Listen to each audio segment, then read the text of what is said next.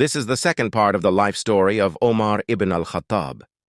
When the revelation came to the messenger of God, Omar was one of the most ruthless enemies of Islam.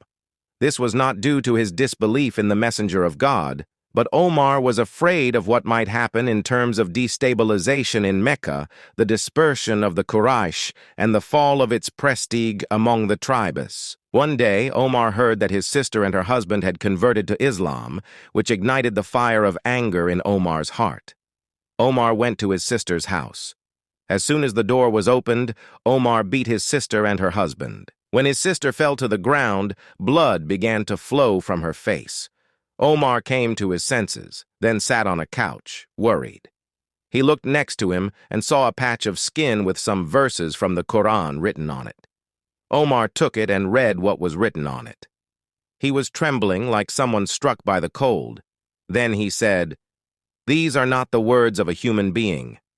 His sister answered him, crying, "This is the word of God revealed to his messenger." Omar urged her to guide him to the location of the messenger of God, but she refused. Omar went out and was wandering in the alleys of Mecca, looking for someone to guide him to the location of the messenger of God. When he knew his location, he went directly to him. He saw the messenger of God and the companions around him studying the Quran. The messenger of God rose to him and placed his hands on Omar's shoulders. Then he said to him, "Isn't it time for your heart to soften to the word of God?"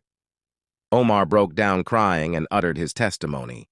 Omar was in his mid-20s at the time, and he was the first to announce his conversion to Islam publicly in the courtyard of the Kaaba in front of the notables and masters of Quraysh, which was a strong shock to them.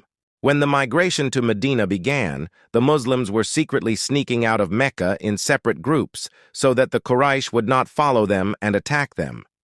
But when Omar decided to migrate, he took up his sword and mounted his horse and headed to the courtyard of the Kaaba in broad daylight, where the Quraysh masters gathered, and then he said to them, "I decided to migrate to Medina.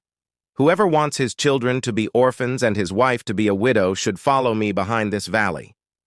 Then he set off, but no one dared to follow him.